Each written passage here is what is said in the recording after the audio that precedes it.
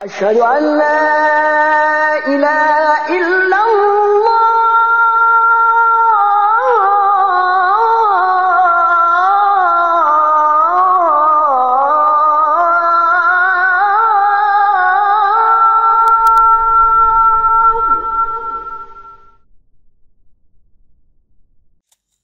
Assalamualaikum warahmatullahi wabarakatuh.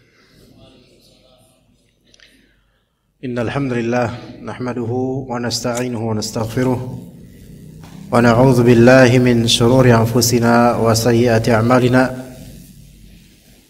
May yahdihillahu fala mudilla lahu wa may yudlil fala hadiya lahu. Asyhadu an la ilaha illallah wahdahu la syarika lahu wa asyhadu anna Muhammadan abduhu wa rasuluhu la nabiyya ba'dah.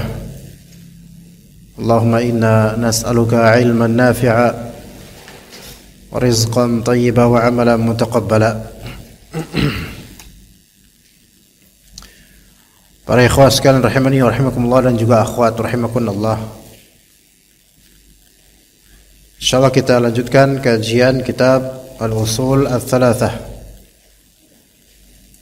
Pembahasan kita yaitu kelanjutan dari sebelumnya. Kita akan membahas mulai dari kalimatnya Syekh Muhammad bin Abdul Wahhab rahimahullah. I'lam rahimakallah, ketahuilah semoga Allah merahmatimu, annahu yajibu ala kulli muslimin wa muslimatin ta'allumu hadhihi al-masail ats-tsalath wal 'amal bihin. Ketahuilah bahwasanya wajib atas setiap muslim dan muslimah untuk mempelajari tiga hal berikut dan mengamalkan ketiganya. Bisa kedapatan enggak di mana, Pak? Ada? Dapat di bagian mana? Ketahuilah semoga Allah merahmatimu, wajib atas setiap muslim dan muslimah mempelajari tiga masalah ini dan mengamalkan ketiganya. Di halaman berapa itu, Pak? Di situ. Ketemu enggak, Pak? Coba bisa ada Anda cari coba. Nah. Itu yang pertama. Itu udah selesai kita. Ini yang di sini, Pak ya. Ya. Jadi setelah ayat surat Muhammad, setelahnya ada pembahasan berikutnya oleh beliau. Ketahuilah semoga Allah merahmatimu bahwa saya wajib atas setiap muslim dan muslimah untuk mempelajari tiga masalah. Bukan yang empat masalah. Yang empat masalah itu udah lewat itu. Ya, kita menuju ke pasal atau permasalahan berikutnya. Ya, bisa dicari di internet, banyak kitab ini ya. Usul Tsalatsah atau Tsalatsatul Usul. Tiga masalah ini, masalah yang pertama tentang tauhid rububiyah. Masalah yang kedua tentang tauhid uluhiyah, tauhid ibadah. Dan masalah ketiga tentang wala dan bara. Tapi kita hanya membahas masalah pertama saja, yaitu tauhid rububiyah. Ya, tauhid rububiyah. Yaitu apa? Kata Syekh Muhammad bin Abdul Wahhab rahimahullah, annallah al-ula, yang pertama ini yang kita bahas pada sore menjelang malam ini. Al-ula annallaha khalaqana wa razaqana wa lam yatrukna hamala. Allah Subhanahu wa taala, kita pelajari bahwasanya Allah taala menciptakan kita, merizkikan kita, dan tidak meninggalkan kita sia-sia begitu saja.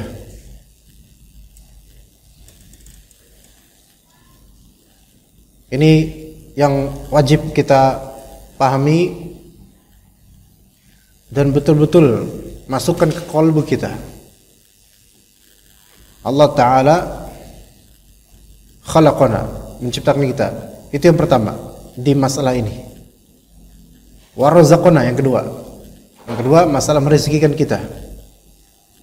Yang ketiga walam yatrukna hamla, yaitu tidak meninggalkan kita sia-sia begitu saja. Ini kita bahas insyaallah. Maksud dari tidak meninggalkan kita sia-sia itu ditafsirkan oleh beliau, bal arsala ilaina rasula. Yang ketiga, melainkan Allah Ta'ala mengutus kepada kita seorang rasul. Itu maksud dari tidak meninggalkan kita sia-sia, yaitu Allah utus kepada kita rasul, Nabi kita alaihi wassalam. Faman ata'ahu dakhalal jannata wa man 'asahu dakhalan nar. Barang siapa yang mentaati Rasul, maka dia akan masuk surga. Barang siapa yang bermaksiat padanya, maka dia masuk neraka. Simple. Ini sangat basic jemaah. Sangat basic. Namun mengamalkannya atau konsekuensinya itu sepanjang hidup kita. Baik, dalil untuk kaidah ini, dalil untuk masalah pertama ini, annallaha khalaqana wa razaqana wa lam yatrukna hamala bal arsala ilaina rasula faman ata'ahu dakhala al-jannah wa man 'asahu dakhala an-nar. Ini atau nomor tiganya itu bahwasanya Allah Ta'ala tidak meninggalkan kita sia-sia melainkan mengutus kepada kita seorang Rasul. Maka dalilnya adalah firman Allah Subhanahu wa Ta'ala di surat Muzammil ayat 15-16. Inna arsalna ilaikum rasulan syahidan 'alaikum kama arsalna ila fir'auna rasula fa'asa fir'aunur rasula fa'akhadnahu akhdha wabila. Ini dalilnya. Bahwasanya Allah Ta'ala tidak menyia-nyiakan manusia hidup di dunia begitu saja tanpa adanya petunjuk, melainkan kami mengutus kepada kalian seorang Rasul yang akan menjadi saksi atas kalian. Sebagaimana dahulu Allah Ta'ala mengutus kepada Fir'aun seorang Rasul, yaitu Nabi Musa AS. Namun Fir'aun bermaksiat dan membangkang kepada Rasul, yaitu Nabi Musa AS, maka diazab oleh Allah Azza wa Jalla. Itu dalilnya. Taib, itu yang akan kita bahas insyaAllah. Pertama, dari kaidah yang wajib kita ilmui, annallaha khalaqana. Satu, Allah Ta'ala menciptakan kita. Kedua, warzaqana, Allah Ta'ala merezekikan kita. Ketiga, Allah lam yatrukna hamala, Allah Ta'ala tidak meninggalkan kita sia-sia, melainkan mengutus Rasul untuk kita. Kita mulai dari yang pertama, annallaha ta'ala khalaqana, Allah Ta'ala menciptakan kita. Dalil bahwa Allah Ta'ala menciptakan kita yaitu dalil naqli dan aqli, dalil nas dan juga logika. Dalil dari nas yaitu firman Allah di surat Az-Zariyat, "Wa ma khalaqtul jinna wal insa illa liya'budun." Dan tidaklah aku ciptakan jin dan manusia kecuali untuk beribadah kepadaku.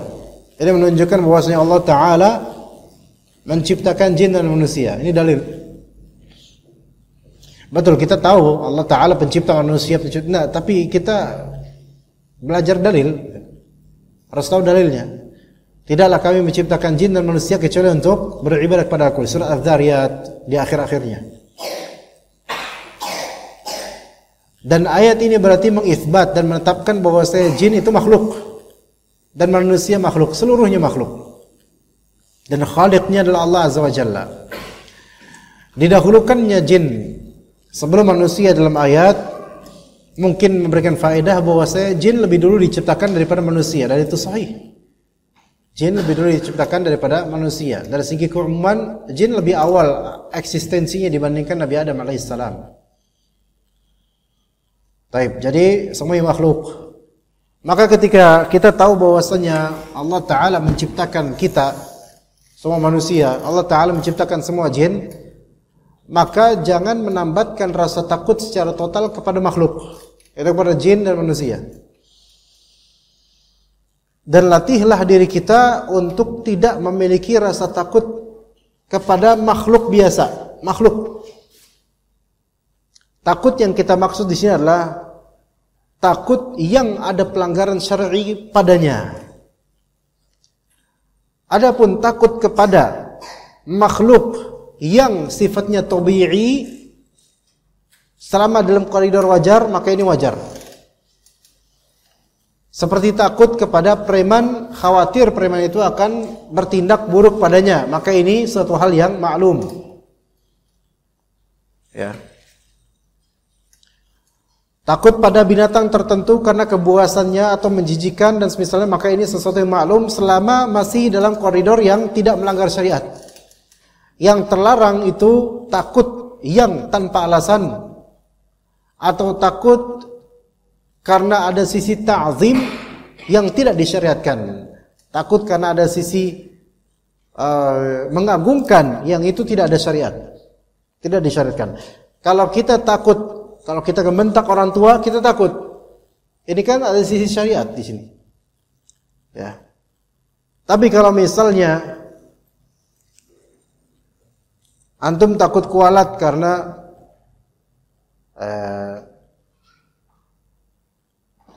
misal antum takut kualat karena mancing apa ya? Bukan mancing keributan, bukan. Mancing di tempat yang dikenal keramat. Paham ya? Mancing di tempat yang dikenal keramat dan enggak boleh ikannya itu diambil. Tempat keramat yang enggak dimiliki orang, namun maksudnya itu tempat memang dianggap angker gitu loh. Atau keramat. Kalau saya mancing di sini takutnya saya kualat. Ini takut yang tidak boleh karena ini adalah tatoyur. Takut karena tatoyur maka itu syirik. Takut karena tatoyur itu syirik. Ya. Sama seperti takut melewati area dengan dominasi perasaan pamali, kualat atau ada penunggunya dari syaitan. Faham enggak di sini jemaah? Maka ini takut yang bersifat tatoyur karena merasa adanya nasib sial dan apes disebabkan makhluk gaib, yaitu jin. Tetapi begini jemaah, ini ada rincian yang kadang kita itu belum begitu paham. Namun ana ingin kita paham. Ketika antum orang normal, maksudnya antum tidak, naudzubillah min dzalik, tidak kena sihir, tidak punya kasus kesurupan, atau bahasa para peruqyah tidak punya bolong di roh antum, jasad antum bagi jin sehingga bisa masuk. Maksudnya kita orang normal, orang yang tidak punya kesurupan, orang yang tidak punya khodam atau semisalnya, atau maksudnya orang normal. Ketika kita melewati area yang gelap, tentu ada sisi chill gitu, apa namanya, dingin, anyep, gimana gitu, redek sedikit. Enggak. Apakah itu wajar? Kita katakan itu wajar. Dosa enggak? Enggak dosa. Enggak dosa, Pak. Apakah itu masuk dalam khauf, rasa takut? Ada sisi rasa takut, tapi karena takut sifat tabiat manusia yang normal, karena ini tempat asing bagi jiwanya. Gimana? Bisa dipahami enggak jemaah? Dia tidak ada sisi ta'zim, dia tidak ada sisi tatayyur, tapi ini nature yang ada pada dirinya. Maka ini enggak ada dosa, enggak ada pahala. Namun berpahala jika dia berlindung pada Allah Ta'ala dari apapun yang buruk.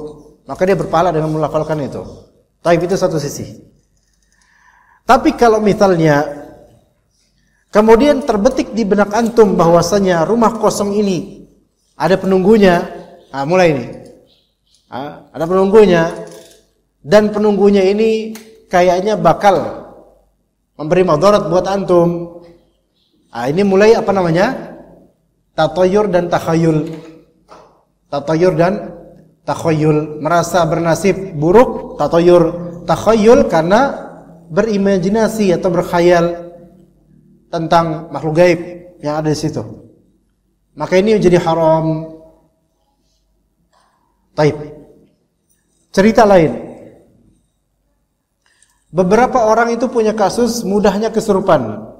Entah karena punya track record disantet dulunya, atau dulunya punya khadam dan dia telah taubat, atau hal-hal lain dari sensitivitas beberapa orang ini emang ada, ya. Sensitif terhadap hal-hal seperti itu. Baik.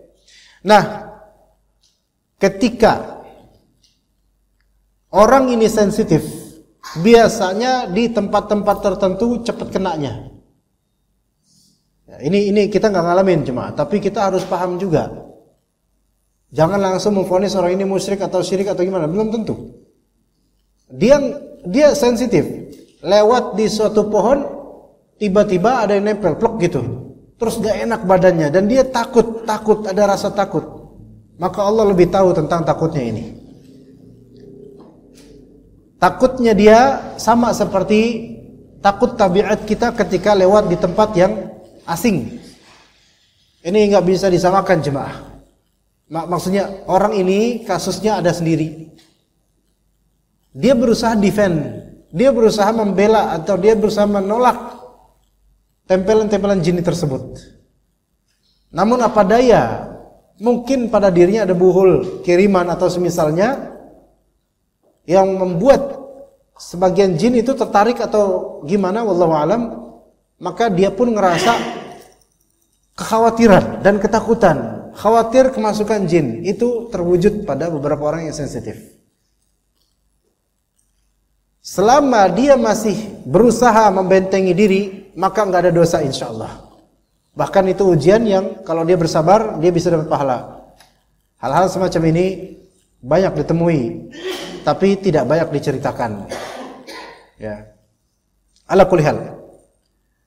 Maka kita itu hendaknya menjadikan makhluk sebagai makhluk. Dari segi berharaplah sewajarnya, tanpa syirik. Dari segi takutlah senaturalnya, tanpa adanya berlebihan atau syirik. Dalil lainnya yang menunjukkan Allah Ta'ala menciptakan kita, kata Allah Azza wa Jalla di surat Az-Zumar 62, Allahu khaliqu kulli syai'.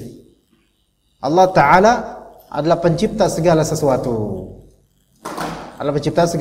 Maka ini kita termasuk di antara sesuatu itu. Adapun dalil secara logika, maka sebenarnya dalam Al-Quran juga Allah Ta'ala mengajak kita memakai logika untuk menunjukkan bahwasanya Allah menciptakan kita. Apa itu? Yaitu di surat At-Tur ayat ke-35.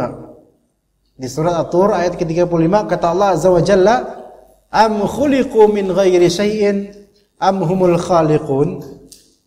Apakah mereka diciptakan tanpa ada penyebab materi, atau mereka menciptakan diri mereka sendiri? Gitu. Bagi orang ateis atau orang yang tidak percaya bahwa saya diri makhluk, tanya ke mereka, antum tercipta di sini? Ada dua pilihan. Apakah antum tercipta tanpa bahan, atau antum menciptakan diri antum sendiri? Tanya ke orang-orang yang tidak percaya akan adanya Tuhan pencipta, atau mereka yang lebih percaya dengan teori Big Bang. Ya, jadi universe atau alam semesta ini adalah suatu hasil ledakan. Ya, dari apa gitu ya, teori mereka lah. Ya. Maka kata Allah Azza wa Jalla, am khuliqu min ghairi syai'in am humul khaliqun. Apakah orang-orang ini tercipta tanpa materi, yaitu ada sendiri gitu? Semua ateis pasti setuju bahwa manusia itu tercipta dari sesuatu, yaitu dari setetes mani. Itu sudah maklum. Lah terus kemudian kalau memang tercipta dari setetes mani, berarti ada materi dan ada sebab. Ada tasalsulat, yaitu dari bapak kita. Bapak kita juga tercipta dari, dan seterusnya sampai endingnya adalah di awal, yaitu Nabi Adam alaihissalam. Dan ketika sudah sampai ke Nabi Adam, sekarang kita tanya, Nabi Adam siapa yang menciptakan? Apakah Nabi Adam ada sendiri atau menciptakan dirinya sendiri? Nah itu. Maka orang-orang yang tidak percaya adanya Rabbul Alamin, ada Tuhan pencipta, maka kita tanya kepadanya, kalau emang tidak ada pencipta, lalu apakah antum sekarang menciptakan diri antum sendiri? Mereka bilang, ya enggak lah. Saya sendiri waktu masih bayi enggak tahu kalau saya itu ada. Berarti antum, you don't create yourself. Antum tidak menciptakan diri antum sendiri. Oke, setuju kita. Apakah antum tercipta tanpa materi sebab atau sebab dan materi? Enggak lah, saya tercipta ada sebabnya. Yaitu sebabnya ya awalnya dari jima dan seterusnya, akhirnya bertemulah gitu kan, menjadi anak gitu kan. Oke. Lalu kalau misalnya adanya sebab, Apakah segala yang eksis di dunia ini, di alam ini, menciptakan diri sendiri? Rumput, apakah rumput menciptakan diri sendiri? Ketawa dia mungkin. Ya nggak mungkin lah. Lah terus ada sebab nggak? Ya pasti ada sebabnya. Apa sebabnya? Ya mungkin hujan, kemudian ada sebabnya. Taib. Sama seperti manusia. Adanya manusia, ada sebab. Ada yang rumput, ada sebab. Ada yang kucing, ada sebab. Dan kenapa dia ngejar itu? Pasti ada sebabnya. Coba antum tanya dia, kenapa antum kayak gitu di masjid lagi? Ya. Pasti dia punya alasan. Berarti sesuatu itu semua ada sebabnya. Taib. Apakah ketika sesuatu itu ada sebab, kemudian terjadi begitu saja? Atau ada penciptanya? Ya, pasti ada penciptanya. Maka pakai logika. Kalau misalnya kita yang berakal saja ini nggak bisa menciptakan diri kita sendiri dan nggak bisa menciptakan siapapun selain kita, maka ya terus gimana dong? Pasti ada yang menciptakan. Sementara kreasi ini, antum lihat pepohonan dan daunan, antum lihat beberapa tanzimat dan urutan-urutannya, keseragaman antara daun-daun di satu jenis pohon. Itu semua tertib. Itu pasti ada yang menghendaki untuk jadi seperti itu. Ya. Ada jenis-jenis talas misalnya, tumbuhan yang itu loh, apa ya? Talas talas gitu ya. Kan talas kan ada berapa macam itu. Sekarang kalau misalnya kita taruh bibit atau tunas yang sama dari satu macam atau jenis talas, 10 tunas kita jajar. Apakah tumbuhnya dengan format atau bentuk yang serupa? Iya, serupa, satu macam. Seandainya ini tidak ada yang menghendaki, tidak ada yang menciptakan, pasti dia meng-create diri sendiri dan semaunya. Ternyata enggak, seragam, Masya Allah. Berarti ini ada yang menghendaki untuk tetap seragam seperti ini. Seandainya semua ini terserah terjadi begitu saja tanpa ada yang menyeragamkan, tanpa ada yang menghendaki, maka pastinya tiap-tiapnya itu akan berwarna beda, berbentuk beda, semaunya itu. Namun ternyata tidak. Maka logikanya adalah manusia itu diciptakan oleh Allah. Sesuatu tidak mungkin bergerak tanpa sebab. Kalau misalnya kita bilang ke orang ateis atau yang anti Tuhan, enggak mau mengakui ada Tuhan, ada pohon daunnya bergoyang gitu, kita bilang tuh lihat, daun itu bergerak sendiri. Kata orang ateis, enggak lah, itu ada angin, kena angin. Berarti ada sebab dong. Enggak, kita bilang daun itu gerak sendiri. Enggak ada angin, gerak sendiri. Ngayal ente. Begitu juga dengan antum. Manusia tiba-tiba ada, Adam tiba-tiba ada, nggak ada yang menciptakan, tiba-tiba ada gitu aja. Itu lebih buruk lagi konklusi begitu dibandingkan kita mengatakan daun bergerak sendiri. Ya maka logikanya tidak ada pergerakan melainkan karena ada yang menggerakkannya, maka tidak ada yang ada melainkan ada yang mengadakannya. Pasti gitu. Ya. Taib. Yang kedua, setelah kita tahu Allah Ta'ala menciptakan kita,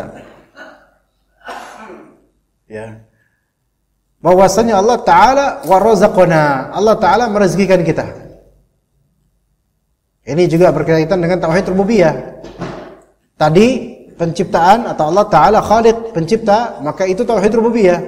Allah Ta'ala memberi rezeki, tauhid rububiyah tentang Allah Azza wa Jalla. Dan banyak sekali ayat di Al-Quran yang menunjukkan bahwasanya Allah Ta'ala merezekikan kita. Kata Allah Azza wa Jalla di surat Ad-Dariyat, Innallaha huwar razzaq dzul quwwatil matin. Sesungguhnya Allah Ta'ala Maha pemberi rezeki, yang Allah Ta'ala memiliki kekuatan yang sangat kuat. Nah, bahkan sampai binatang seperti kucing pun direzekikan oleh Allah Azza wa Jalla, dan Allah yang menjamin rezeki semua dari makhluk tanpa kecuali, hatta walaupun orang kafir. Allah Ta'ala jamin rezekinya, baik makhluk yang berakal maupun yang tidak berakal, baik makhluk yang saleh maupun yang fasik, baik makhluk yang mukmin maupun yang kafir, baik yang taat pada Allah atau yang menentang Allah, itu semua dirizkikan oleh Allah Azza wa Jalla. Berarti pada asalnya rizki itu belum tentu menjadi suatu parameter keutamaan seseorang. Karena ada kalanya seseorang diberi rizki lebih, namun ternyata dia fasik. Ada kalanya seseorang diberi rizki yang kurang, tapi dia tetap taat. Maka parameternya bukan di banyak-banyakan rizki kita itu. Ya. Apalagi kita tahu kebo juga diberi rizki. Maka orang nggak boleh berbangga dengan rizki yang didapatkannya selama itu adalah pemberian atau titipan dari Allah Azza wa Jalla. Karena binatang pun dapat rizki sama seperti manusia. Hanya kan beda-beda rizkinya, beda-beda caranya. Nah, rizki terbagi menjadi 2 macam, sebagaimana mungkin pernah Anda sebutkan. Yaitu rizki yang dicari manusia dan rizki yang mencari manusia. Itu mungkin pernah Anda sebutkan di sini. Yang pertama rizki yang dicari manusia, yaitu dengan ikhtiar manusia dan usahanya. Dan itu sebagian dari rizki itu dicari oleh manusia. Yang kedua rizki yang mencari manusia. Rizki yang menyampaikan dirinya ke manusia dengan izin Allah. Maka ini adalah kenyataan yang lebih banyak. Bahkan mungkin tidak salah jika kita katakan semua rezeki itu nomor 2. Rezeki yang mendatangi manusia. Semua rezeki adalah yang mendatangi manusia. Ya, ada rezeki yang manusia berikhtiar untuk menjemputnya, namun rata-rata rezeki itu adalah mendatangi manusia. Sekarang siapa yang nyangka antum bisa seperti ini sekarang misalnya? Apakah ketika kita dijanit dulu di rahim ibu kita, apakah kita sudah punya plan untuk kerja begini atau jadi seorang bapak atau jadi nggak ada? Kita nggak kepikiran, ya nggak kepikiran. Dan kalau kita lihat rezeki yang kita ikhtiarkan, rezeki yang kita cari, itu juga termasuk rezeki yang mendatangi kita. Sekarang coba. Nanti malam antum kira-kira mau makan apa, Pak? Ayo. Makan apa, Pak? Nanti malam mau makan apa, Pak? Ada plan enggak? Enggak ada rencana? Atau puasa gimana? Oh, sudah makan. Masya Allah. Baik, misalnya kita ini nanti pulang nih rencana pengen beli nasi padang, misal saja. Ya. Nah, kemudian itu kan ikhtiar kita untuk mendatangi masakan Padang. Buat anak dan istri juga misalnya. Kita bungkus buat ke rumah. Ada nggak sisi ikhtiar kita menjemput rezeki? Makanan itu rezeki loh, makanan itu rezeki. Ada. Ya, kita belilah itu masakan Padang, nasi Padang. Taib beli 3 buat istri, buat anak, buat kita. Nah, ini kan bakal jadi rezeki kita nih. Kita udah memilikinya. Terus kita makan di rumah, rezeki. Alhamdulillah. Pertanyaannya, ini masuk rezeki mana? Rezeki yang kita jemput atau rezeki yang datang pada kita? Dua-duanya, Pak. Rezeki yang kita jemput karena apa? Kita berikhtiar untuk mencarinya, berusaha untuk mendapatkannya dengan bayar, kemudian dapat. Itu betul. Tapi yang kedua jangan lupa bahwasanya komponen rezeki ini, nasinya lah, bumbunya lah, apa sayur apa tuh ya Padang, nangkanya, santannya, mungkin pakai rendang antum atau pakai apa gitu. Coba antum pikirkan, itu nasi apa tiba-tiba plek gitu aja ada di bungkusan atau dia ada proses sebelumnya, proses yang panjang dan ada pengangkutan, mungkin dari luar Bekasi. Ya mungkin ternyata tiap butir dari nasi itu berasal dari suatu sawah yang ada di daerah Tegal misalnya, ya. Dan kita besoknya kemudian makan nasi uduk. Boleh jadi itu butir nasi itu asalnya dari Serang, misalnya Banten. Siangnya kita makan nasi apa, Pak? Nasi kebuli. Berasnya basmati. Dari India, subhanallah. Perindavan. Malamnya kita makan apa? Lontong. Yang mungkin beras juga. Nah, dari tuh lihat. Antum nggak perlu ke India untuk dapat dapat nasi itu. Antum nggak perlu ke Ciamis untuk dapat beras itu. Antum nggak perlu dan seterusnya. Itu baru berasnya Pak yang setiap hari 3 times 3 kali antum makan dengan beras yang dari beda toko, itu dari kota yang mungkin berbeda. Antum tidak perlu memikirkan ini dari mana bahkan. Biar dia datang ke antum. Antum cukup ikhtiar bayar, dah selesai. Naik motor bayar dah gitu doang. Dan itu baru nasi, baru berasnya.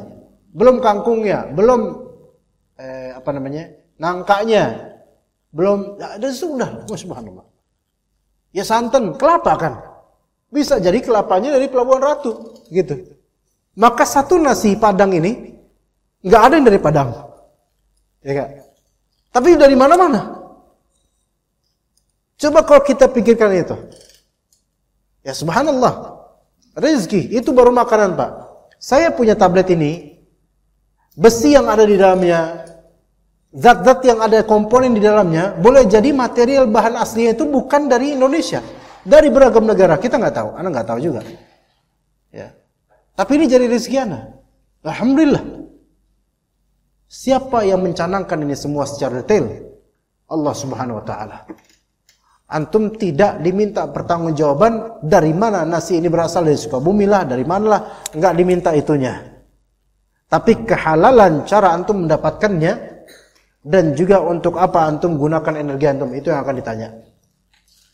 Seandainya Allah Subhanahu wa taala membebani kita pertanggungjawaban ini nasi dari kota apa, enggak bakal mampu kita itu.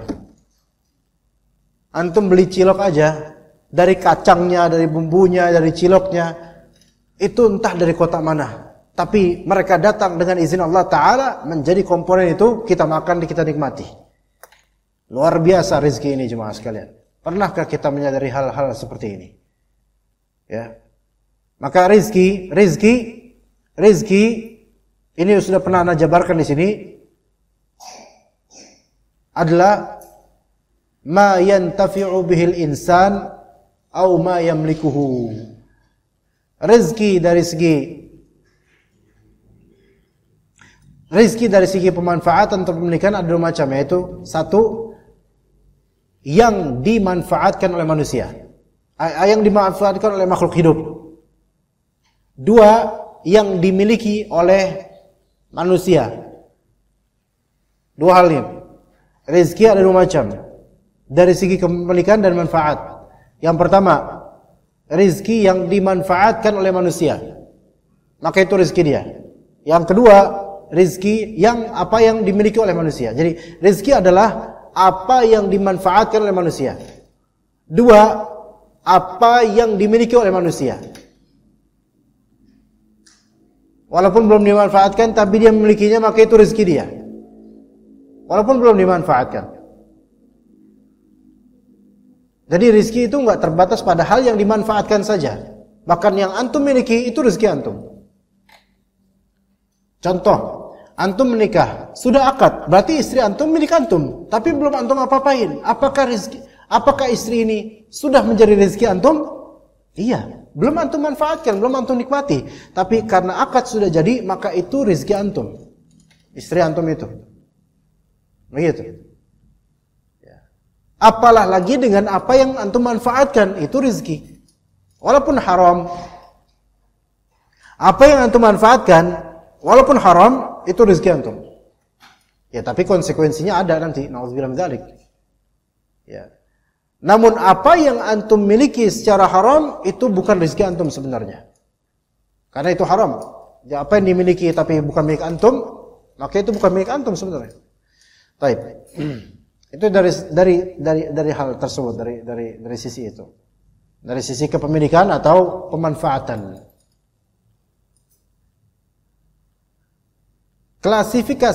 Klasifikasi lainnya, rezeki dari segi kekhususan dan keumuman ada dua macam. Rezeki dari segi kekhususan dan keumuman ada dua macam. Yang pertama rezeki khusus, yang kedua rezeki umum. Yang pertama rezeki khusus, yang kedua rezeki umum. Rezeki khusus adalah rizki yang halal untuk orang beriman. Ini khusus. Karena rizki yang halal untuk orang beriman itu mesti bermanfaat. Ya. Selama apa?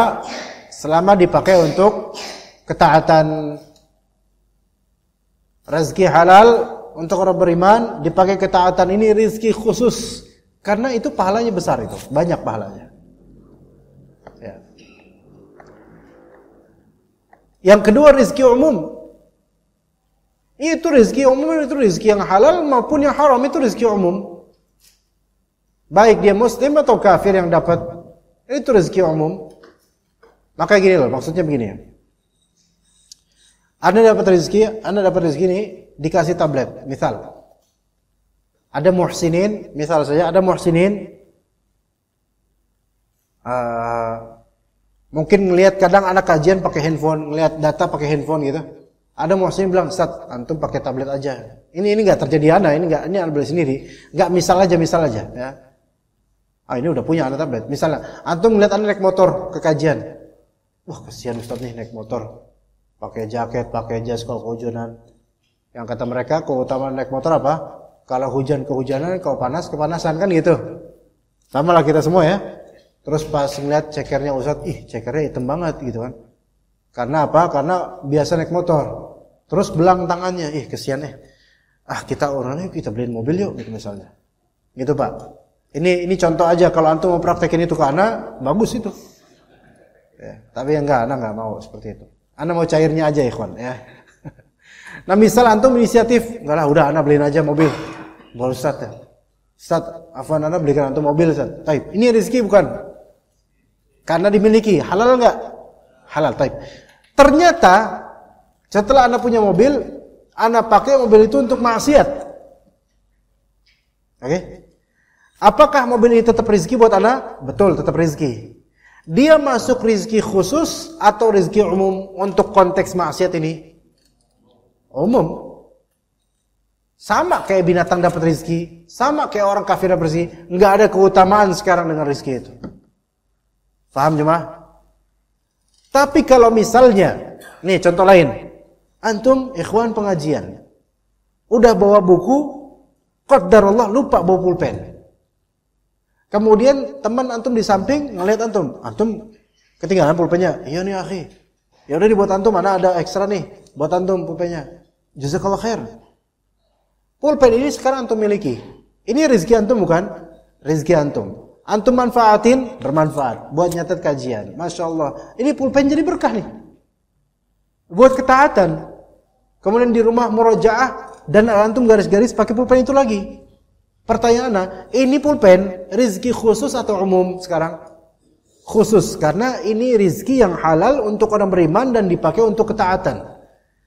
Jadi sekarang kita alhamdulillah orang beriman. Kalau antum dapat rizki dan dengan rizki itu antum bertambah ketaatannya, maka ini rizki berkah yang khusus. Adapun kalau antum dapat rizki walaupun halal, tapi tidak mendekatkan diri pada Allah dengannya, maka ini rizki sama kayak rizki umum lainnya. Gak ada nilai, gak ada keutamaan. Walaupun mewah, hatta mewah. Antum punya mobil Fortuner misalnya, tapi antum tidak bertakwa dengan mobil itu. Antum sombong dengannya, antum kemaksiat dengannya, maka ini masuk rezeki umum yang nilainya itu gak ada apa di sisi Allah. Tapi ada satu orang, dia pakai sepeda ontel, buat kekajian, buat bakti sama orang tua, buat belanjain orang tuanya dengan itu misalnya. Maka yang sepeda ontel kecil ini mungkin di sisi manusia nggak ada harganya, tapi di sisi Allah inilah rezeki khusus yang berkah. Itu jemaah. Maka kita lihat apa yang kita punya sekarang. Nah, karena Allah Ta'ala menciptakan kita, maka dialah yang merezekikan kita, menjamin rezeki kita. Walam yatrukna hamala. Ini yang ketiga. Maka Allah Ta'ala tidak meninggalkan kita gitu aja sia-sia. Yaitu kita hidup sebagai makhluk, dikasih rezeki di bumi ini. Ya udah nggak ada peraturan, emang kayak gitu? Enggak. Kita bukan binatang jemaah.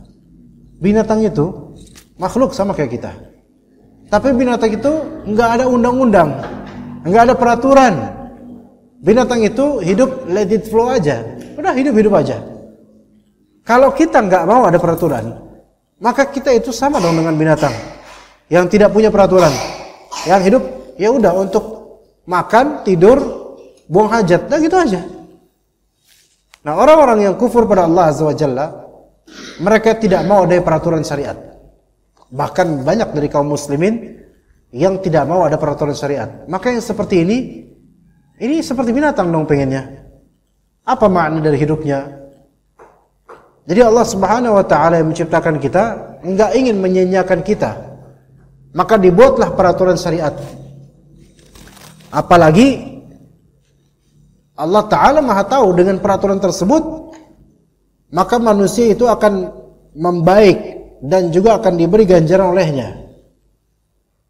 Maka kata Allah Azza wa Jalla di surat Al-Qiyamah, ayahsabul insanu an yutraka suda.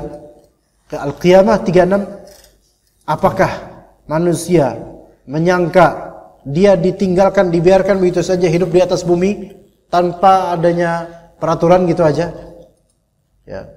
Juga di dalam Al-Quran di surat Al-Mu'minun ayat 115 kata Allah Azza wa Jalla, afahasibtum annama khalaqnakum abatha wa annakum ilaina la turja'un.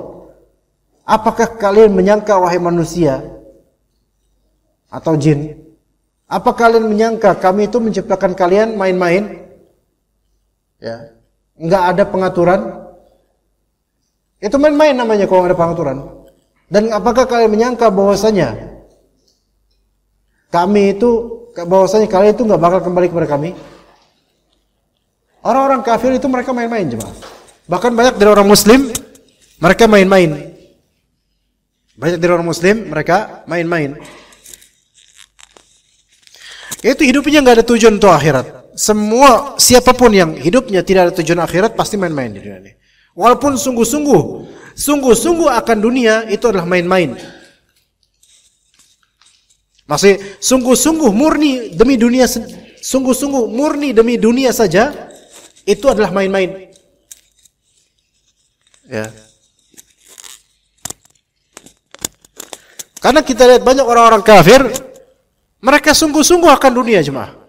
Diligent, rajin, disiplin, tapi murni buat dunia. Maka kita katakan kalian itu main-main.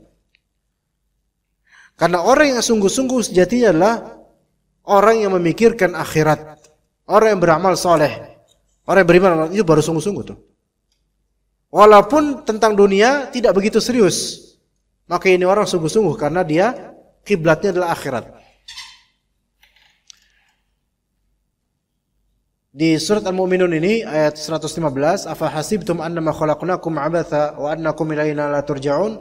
Apakah kalian menyangka bahwa kami menciptakan kalian main-main begitu aja? Ini ayat ini kata para ulama dihikayatkan Syekhul Islam Ibnu Taimiyah rahimahullah, beliau saat meruqyah orang, beliau baca ayat ini. Beliau saat meruqyah orang, beliau baca ayat ini. Itu kata sebagian dari ulama tentang Syekhul Islam Ibnu Taimiyah. Jadi memberikan tanbih dan juga peringatan kepada jinnya. Wahai jin, apakah kalian menyangka kami menciptakan kalian sia-sia gitu tanpa peraturan dan kalian tidak akan diperintah pertanggungjawaban di hadapan Allah nanti? Itu peringatan buat jin juga. Jin pun begitu, ikhwan. Mereka makhluk berakal sama kayak kita dari segi ini. Dan mereka dibebani beban syariat Allah Azza wa Jalla. Maka jin itu, syaitan dari kalangan jin, rata-rata mereka itu sungguh-sungguh dalam menggoda manusia. Masya Allah.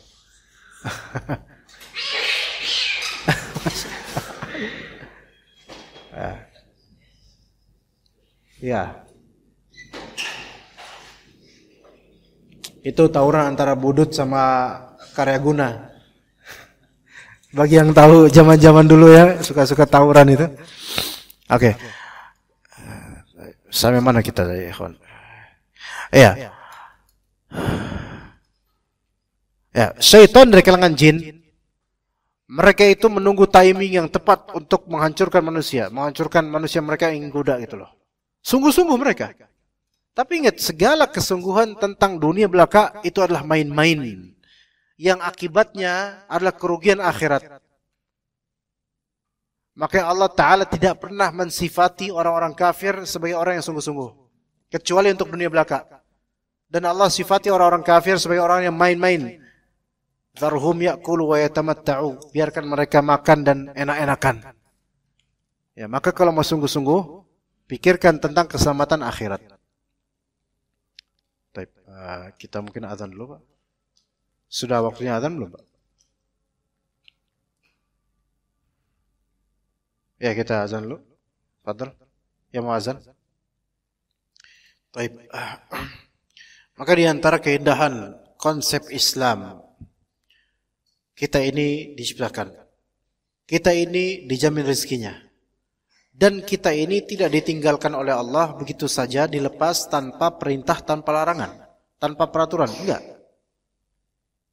Melainkan pasti ada peraturan, ada syariat. Ya. Kalau misalnya misal ada seorang kaya, mudir, ya, dia pemimpin pesantren, dia bikin suatu pesantren, dia bikin sekolahan.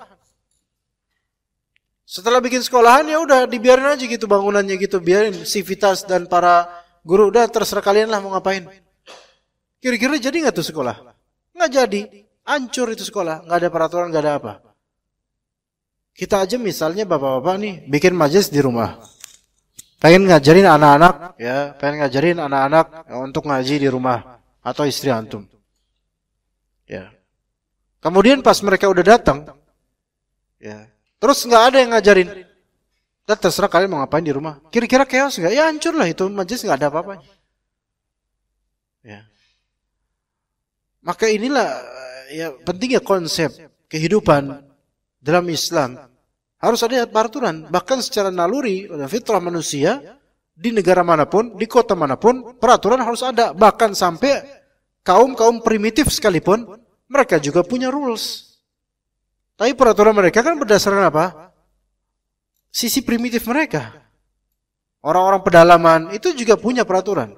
Kita lihat aja orang-orang Baduy di daerah Banten. Yang mereka itu bebas dari peraturan pemerintah, bebas dari peraturan modern. Tapi mereka punya peraturan nggak? Ya punya. Mungkin nggak tertulis, nggak tertuang secara formal gitu. Tapi mereka punya peraturan yang sudah disepakati oleh setiap dari mereka. Listrik nggak boleh ada. Tuh, itu peraturan bukan? Itu peraturan. Maka manusia itu nggak mungkin hidup tanpa peraturan. Cuma masalah sekarang peraturan dipakai itu peraturan Allah atau buatan manusia belaka tanpa nas, tanpa dalil. Nah, sekarang kita dalam rumah tangga, kalau tidak ada peraturan, yakni suami nikah, ya maksudnya kita nih laki-laki nikah dengan istri kita. Terus kita nggak memerintah, kita nggak melarang. Kamu mau ngapain aja sayang, terserah kamu. Anak-anak ada, kamu ngapain di rumah terserah kamu. Mau pulang jam berapa kayak terserah kamu lah. Nggak ada peraturan, nggak ada perintah, nggak ada larangan. Kira-kira jadi nggak rumah tangga seperti ini? Nggak bakal jadi, nggak mungkin. Apalagi semesta ini, yaitu bumi ini. Kalau manusia tidak diberi peraturan oleh Allah Azza wa Jalla, maka apa bedanya manusia dengan binatang? Ya. Gak ada bedanya dong dari segi ini. Ya, maka Allah Ta'ala menghargai manusia dengan ada peraturan. Makanya bal arsala ilaina rasula. Maka Allah Ta'ala mengutus kepada kita seorang rasul. Faman ata'ahu dakhala jannah wa man 'asahu dakhala nar. Siapa yang mentaati rasul maka dia masuk surga, siapa yang bermaksiat pada rasul maka dia masuk neraka. Kata Allah Azza wa Jalla di surat An-Nisa 64, "Wa ma arsalna mir rasulin illa liyuta'a bi idznillah." Dan tidaklah kami utus seorang rasul pun kecuali untuk ditaati, maka wajib atas kita untuk mentaati rasul dengan izin Allah Taala. Dan dalam hadis yang diriwayatkan Al-Bukhari dengan sanadnya dari Abu Hurairah radhiyallahu anhu, Rasulullah SAW berkata, "Kullu ummati dakhala al-jannata illa man aba." Setiap dari umatku pasti masuk surga, kecuali yang nolak. Maka kata para sahabat, "Wa man ya'ba ya Rasulullah?" Siapa yang menolak masuk surga ya Allah, ya Rasulullah? Maka kata beliau SAW, man ata'ani dakhalal jannah, wa man 'asani faqad aba. Siapa yang mentaatiku dia masuk surga, dan siapa yang membangkang atau maksiat padaku maka dia telah menolak masuk surga. Ya begitu jemaah sekalian rahimakumullah untuk materi pada malam hari ini, dan dalil paling terakhirnya untuk materi ini adalah yang tadi kita sebutkan di surat Al-Muzammil ayat 15 dan 16, inna arsalna ilaikum rasulan syahidan 'alaikum kama arsalna ila fir'auna rasula fa'asa fir'aunur rasula fa'akhadnahu akhdhan wabila. Itu yang bisa insyaallah kita sampaikan dari materi biiznillah taala, mudah-mudahan manfaat. Dan sepertinya Selasa depan tuh ada kajian di apa ya nama sekolahnya, lupa. Apa nama sekolahnya? Nama sekolahnya dekat sini di Teluk Picung. Ya di Setawa, tapi sekolahnya itu apaan gitu namanya? Apa namanya? Miftahu Khairul Ummah. Miftahu Khairul Ummah. Itu insyaallah mudah-mudahan sepertinya insyaallah jadwal kajian di pekan kedua Selasa. Rabu ya. Rabu pekan kedua ya. Itu jika ada jemaah yang mungkin berluang ya dan pengen datang, alhamdulillah ya. Namun jika ada kewajiban lainnya maka lakukan kewajiban. Tapi itu yang bisa Anda sampaikan di materi. Ada pertanyaan enggak ikhwan di sini? Soal mungkin ada? Enggak ada? Clear semua ya insyaallah? Jelas semua insyaallah. Kita ketemu lagi insyaallah kalau enggak hari Selasa atau di bulan depan. Mudah-mudahan Allah Ta'ala mudahkan kita dalam menuntut ilmu dan mengamalkan ilmu, serta memudahkan kita untuk betul-betul mendalami ilmu syar'i sehingga ilmu ini betul-betul kita cintai, bukan sebatas rutinitas belaka yang tidak masuk ke kalbu.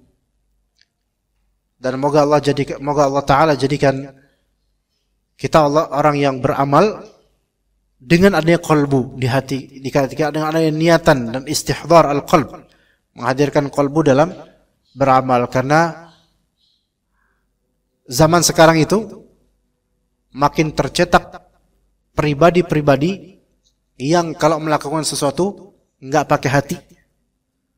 Ya. Terutama anak-anak muda. Maka anak-anak seperti ini generasi yang bagus untuk dipoles dari kecil. Karena generasi agak Gen Z ya, lahiran sebelum 2012. Sekarang kita lihat generasi instan.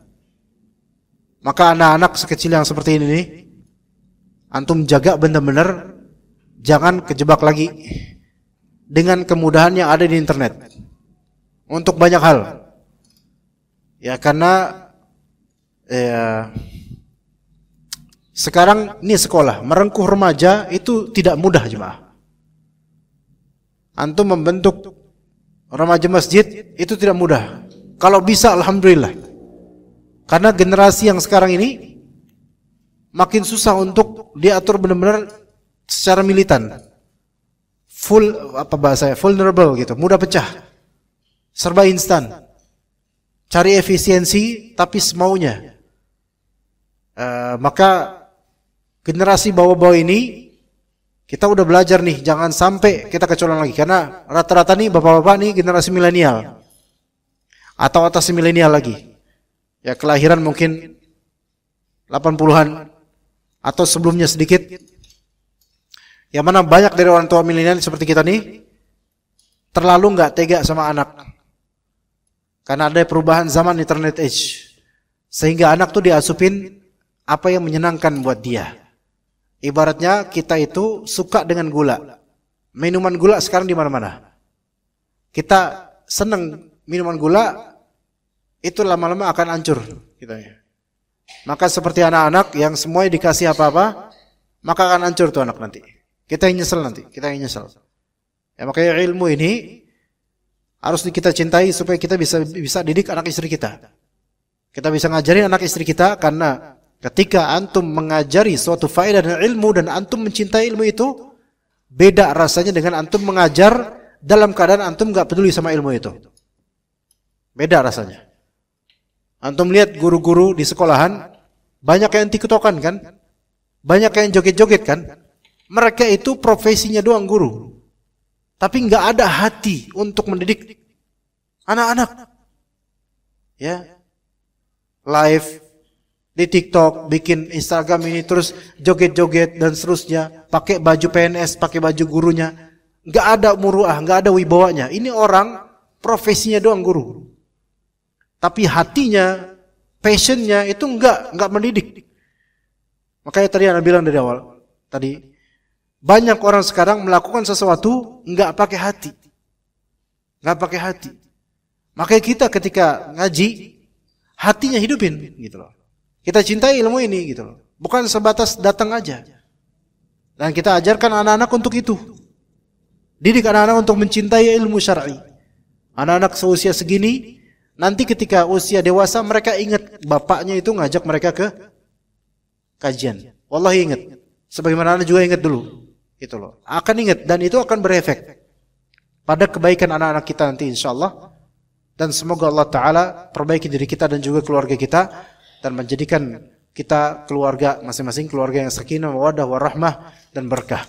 Wa sallallahu ala nabiyyina Muhammad wa ala alihi wa sahbihi ajma'in. Subhanakallahumma wa bihamdika asyhadu an la ilaha illa anta astaghfiruka wa atubu ilaik. Assalamualaikum warahmatullahi wabarakatuh.